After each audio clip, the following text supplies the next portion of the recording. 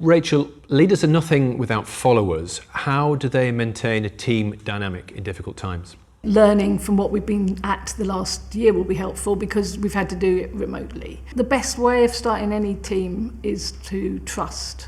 Okay, so trust is key to any good team dynamic. You've got to be a trustworthy leader and you've got to be trusting of your people. So what you've got to do is connect the different types and allow difference within that team. That's the most important thing, because if we're talking about moving forward, we always need creativity, and unless we tolerate difference in our team, we're not going to get anywhere. Louise, do you agree it's all about trust as well? Yes, I think, it's all about, as well as the trust that's there for me, it's very much about strategy and alignment around strategy. So it is, is the buy-in and the alignment to that strategy as well. But that does come from trust, because are you being told the right story? Are you being told the full strategy? Are you deliberately being given one version of it because perhaps you don't form a part of it in the longer run? So yes, I think it's very important, and that trust is pretty vital, actually, whether it's a good situation that you're dealing with or it's a more challenging situation, because if it's a difficult and challenging situation and you haven't already got that trust there, people really don't want to be on board with you in a tough time. Yeah. No, they'll go silent. That's what happens if there's no trust. They'll actually go. So you won't know how to change everything up, and you won't know who's actually on board and who's not. Exactly. Louise, we talk a lot about all being in it together in business teams at the moment, but we know there are some CEOs of companies out there who will have to reduce their workforce in the coming weeks and months. Now that seems a very, very difficult situation. How do they square that circle? It's incredibly difficult, and are we all really in it together, or some of us not going to be in it together any longer? It is trust, but it's honesty as well. Be honest with yourself. I keep saying to people that I'm speaking to people that are in this situation day in, day out, and I keep having to remind everybody, businesses in many cases don't find themselves in this situation because of something specific that they've done. This has been an external event for some, and therefore they are in uncharted waters, and they really are struggling with some of the decisions that they have to make. But this is not a personal failure.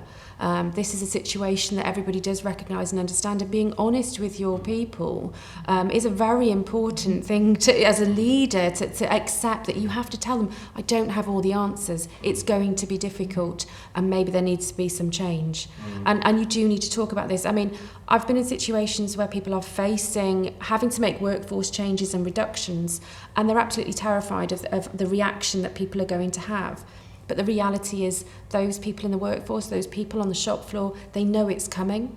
They've seen it. They've seen the problem themselves. Yeah. They're almost relieved when the conversation is finally held, because they have been waiting for it, and many of them are prepared for it already, and it's actually the leader or the owner of the business that hasn't accepted the situation. I see. So the workforce are ahead of the where the boss is. Every situation I have ever found myself in, if you walk around the business, listen to people talking, they know there's a problem. They see a problem with supplies. They see a problem with payroll maybe not being made on time. They see activity levels are reduced. They see all of that that's going on. They're very aware of it. And they want to see that reflected in the leadership. And I think just being honest and truthful is a fair way of carrying on, because that's exactly what you're saying, is they don't want to hear something else, some sort of cover, and they don't want to hear silence. They want to be communicated with about something, like you say, they already know.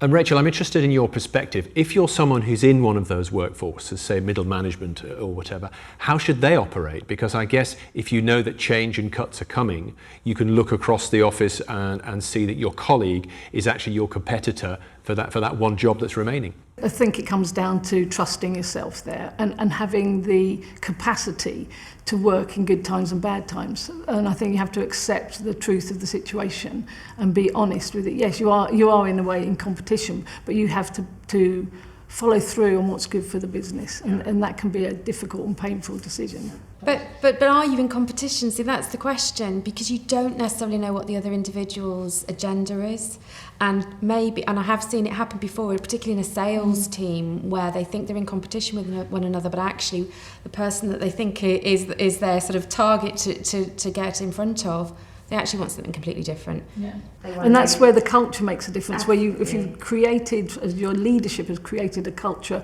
of honesty and truthfulness without consequences, then that they would know that. They would know where each other stands. Yeah. Rachel, Louise, thank you. Thank you. Thank you.